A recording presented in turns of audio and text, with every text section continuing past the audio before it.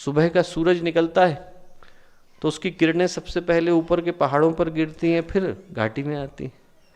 ऊपर वालों को पहले पता चलती हैं, बाद में नीचे वालों को पता चलती हैं। वैसे ही जब भगवान आवाज़ लगाते हैं,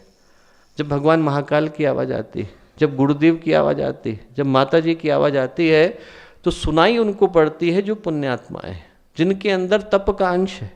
जिनके अंदर अभी भी परमात्मा के लिए पुकार जन्म लेती है, जिनके हृदय में अभी भी परिवर्तन का भाव है, जिनके चिंतन के अंदर अभी भी निष्ठा है, जिनकी भावनाओं के अंदर अभी भी आस्था, श्रद्धा, समर्पण और संकल्प विद्यमान है। और वो पुण्यात्मा इस बात को जानती हैं,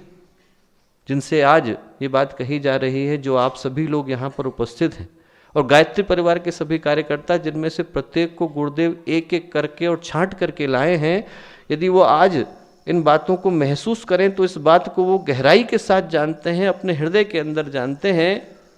कि प्रज्ञा के अवतरण का समय हो रहा है। ये समय विश्व के बदलने का हो रहा है, और बदलने के लिए जिस सेना का निर्माण गुरुदेव ने किया, उसको हम लोग लोक सेवियों के नाम से जानते हैं,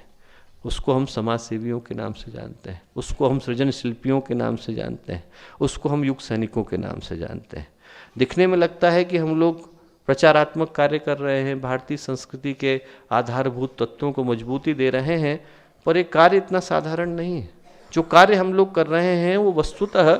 भगवान की योजना को साकार रूप लेने के लिए उस वातावरण को, उस भूमि को, उस मैदान को निर्मित कर रहे हैं, जिसके माध्यम से उस योजना को धरती पर आने का आधार बन सके। जब हम लोग भगवान की ऊर्जा का आवाहन करते हैं तो भगवान की ऊर्जा को धारण करने के लिए योग्य व्यक्तित्वों की आवश्यकता होती है। जब आकाश से गंगा उतरी तो आकाश से उतरने वाली गंगा को धारण करने के लिए भगवान शिव के अलावा कोई पात्र नहीं था। उनने जब अपनी जटाएं खोली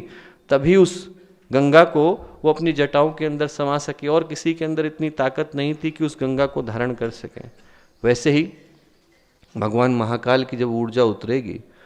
तो ऊर्जा को उतारने के लिए, ऊर्जा को स्वीकारने के लिए, ऊर्जा को अंगीकार और आत्मसात करने के लिए जिन व्यक्तित्वों की आवश्यकता है, उन व्यक्तित्वों की सेना को